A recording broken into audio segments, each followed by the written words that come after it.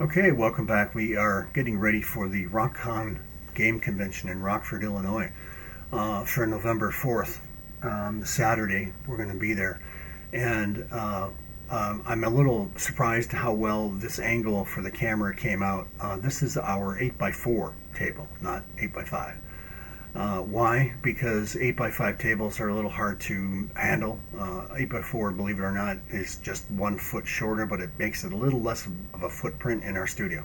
So, this is an 8x4 table, and I'm surprised that the camera was able to get to a point where we could show most of the table. I wasn't sure it would. Having the camera directly overhead, obviously, was not capturing the bulk of the table. Just the middle point of it. So we moved the camera to the end and we clamped it onto a shelf. And that's why this is looking the way it is.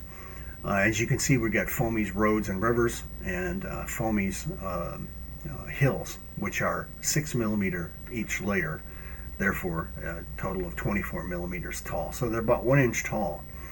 And those are hard to find in that color. And once you do find it, you buy it up as much as you can because it may go away. And that's the reason we did this, because we wanted to be sure that even if at some point we cut these hills down to a smaller shape, at least we have the material. And you'll notice, by the way, that the hexagon grid is only printed on the top. There's no reason to print the hexagon grid anywhere else, just the top layer, and that works. Again, the roads and the rivers, if you will, the Foamies. Again, we went with a darker color.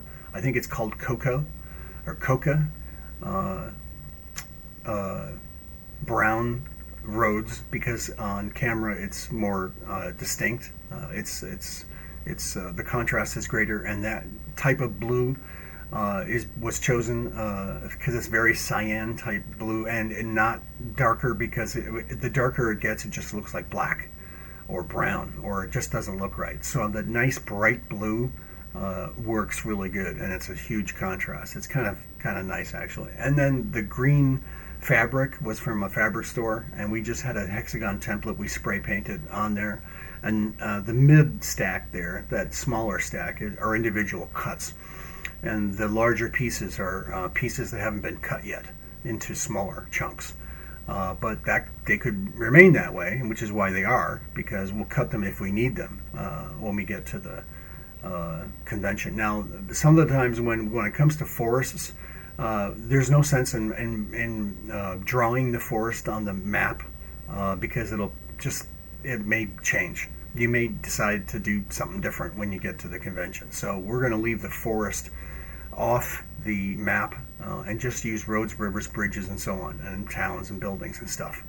And the forests will just be fluid, whatever we feel like at the time.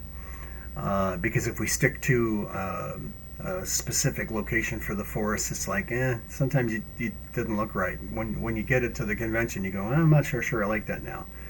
I don't know. Maybe we've already printed the maps up. I'm not sure. I'm not entirely sure. Doesn't matter. We won't be cutting or placing any of the forests until we do that. But here, as we run through the scenario, and again, this is Hex Command Nova, how many battle mechs are going to be used, how many mechs from the CAV system will be used. And again, for those who don't know, Hex Command Nova is our version of BattleTech and CAV. But of course, we don't have our own models, so we're using other people's models. This system is based on Hex Command Mechanized, so it's kind of World War II in the future, if you will. That's the rules for Hex Command Mechanized were basically centered on World War II. But this is the future, so we're using the same game system. We've dramatically simplified it because as things changed, as COVID affected everybody, the simplification of the rules is paramount to keeping this thing alive. There's no other conclusion.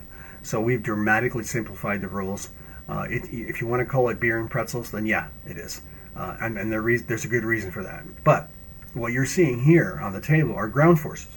And as a matter of fact, those little white trails coming out the back of the missiles, well, yeah, because we've got missiles. And those are surface-to-air missiles being fired by a surface-to-air missile carrying vehicle. I think that's called the Mongoose or Badger. Anyway, so we've got those out there. We have other missiles as well because this scenario calls for a couple of aerospace fighters to come in. And because of that, the Defender has missile capability. So we got those little model missiles out there, which are actually pretty cool. All 3D printed.